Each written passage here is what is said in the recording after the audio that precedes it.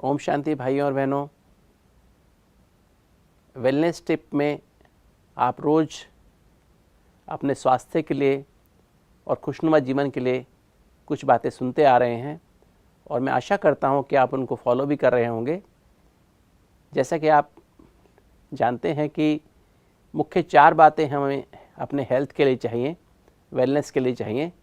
पहली बात है सेल्फ रिस्पॉन्सिबिलिटी, जो हम पहले डिस्कस कर चुके हैं कि सारे विश्व में एक ही व्यक्ति जो आपको हील कर सकता है, हील दाई सेल्फ, वो स्वयं आप हैं।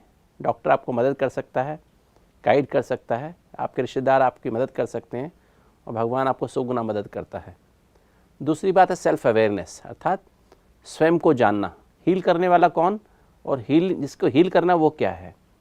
क्योंकि हेल्दी शब्द का मतलब जैसे बताया था आपको, हेल्दी माना स्वस्थ, तो स्व माना इनर सेल्फ या सोल और स्था माना कॉन्शियस, अर्थात हेल्दी माना सोल कॉन्शियस।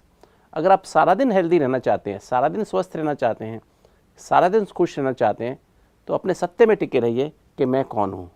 मैं देह नहीं हूँ, मैं एक आत्मा हूँ, मैं बीइंग हूँ, मैं ह्यूमन बॉडी नहीं हूँ, मैं बीइंग हूँ। तो जितना आप इस बात को अपने आप को रियलाइज़ करेंगे, अपने आप को चमकता हुआ सितारा महसूस करेंगे मस्तक के बीच में, तो उससे जो सातों एनर्जी हैं आत्मा की, ज्ञान, पवित्रता, शांति, प्रेम, सुख, आनंद और शक्तियाँ अपनी हर सेल में बहते हुए महसूस करेंगे, तो उतना ही आप हेल्दी रहेंगे और हैप्पी रहेंगे।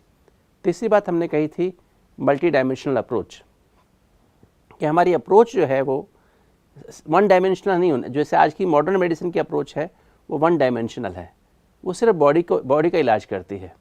अब जब हमने अपने आप को हील करना है तो हमें शक्ति चाहिए, स्व सशक्तिकरण चाहिए, सेल्फ एम्पावरमेंट चाहिए। और सेल्फ एम्पावरमेंट आती है ट्रुथ से। और ट्रुथ कहाँ से आता है? जैसे कि आप सभी जानते हैं कि सत्यम शिवम सुंदरम, या कहते हैं God is truth, universal truth. कहते हैं ना, गॉड इज़ ट्रुथ। गॉड सदा सत्य है, वो ना कभी पैदा होता है, ना कभी मरता है और ना कभी परिवर्तन होता है। एक चौथा एस्पेक्ट और एक आज आप जान लीजिए, बहुत इंपॉर्टेंट है, कि हम सभी के अंदर हाइपोथैलेमस है, दोनों ब्रेन का control room, right brain left brain का कंट्रोल रूम, वो हाइपोथैलेमस है। उसमें एक घड़ी लगी हुई है जिसको हम बायोलॉजिकल क्लॉक कहते हैं, जैविक घड़ी भी कहती हैं। उसमें सोने का समय है, उठने का समय है, सुबह मेडिटेशन करने का समय है, प्लानिंग करने का समय है, उसमें आपको वॉकिंग करने का समय है, उसमें नाश्ता करने का समय है, घर या ऑफिस में काम करने का समय, लंच करने का समय, डिनर करने का समय, हर चीज़ का उसमें समय है। अगर उस बायोलॉजिकल क्लॉक को हम फॉलो करते हैं तो कम ऊर्जा में हम ज़्यादा काम कर सकते हैं। एक्चुअली बायोलॉजिकल क्लॉक हमारे हार्मोनल प्रोफाइल के ऊपर निर्भर करती है। हार्मोनल जो हमारी हार्मोन्स हैं, 7 ग्लैंड्स हैं। हाइपोथैलेमस तो ब्रेन का कंट्रोल रूम हो गया, उसके नीचे पिट्यूटरी, पीछे pineal, thyroid, parathyroid, pancreas, adrenal और हमारी मेल या फीमेल ग्लैंड्स, ये 7 हमारी ग्लैंड्स हैं। और इसका अगर ये हम यहाँ पर सोल कॉन्शियस रहते हैं और शांति, प्यार, खुशी की अनुभूति जो आत्मा के साथ एनर्जी वो हमारे अंदर भरपूर रहती हैं, तो यह हार्मोनल ऑर्केस्ट्रा, जैसे कहते हैं सारे गामा पा धा नि सा, ये सारा का सारा एकदम म्यूजिकल ऑर्केस्ट्रा एकदम बढ़िया काम करता है। हार्मोनल ऑर्केस्ट्रा, हमारा जीवन म्यूजिक बन जाता है। एक सुबह उठते ही, जैसे हमारा 10 बजे सोने का समय है, 4 बजे उठने का समय है, उठते ही आप मेडिटेशन कर लेंगे और उसके बाद आप नहा धोकर के तैयार होकर सूर्य उदय के साथ सैर कर लेंगे। और फिर आप जो है भोजन के लिए, जैसे हमने पहले बताया था आपको कि नींबू पानी का उपयोग करना ज़रूरी है।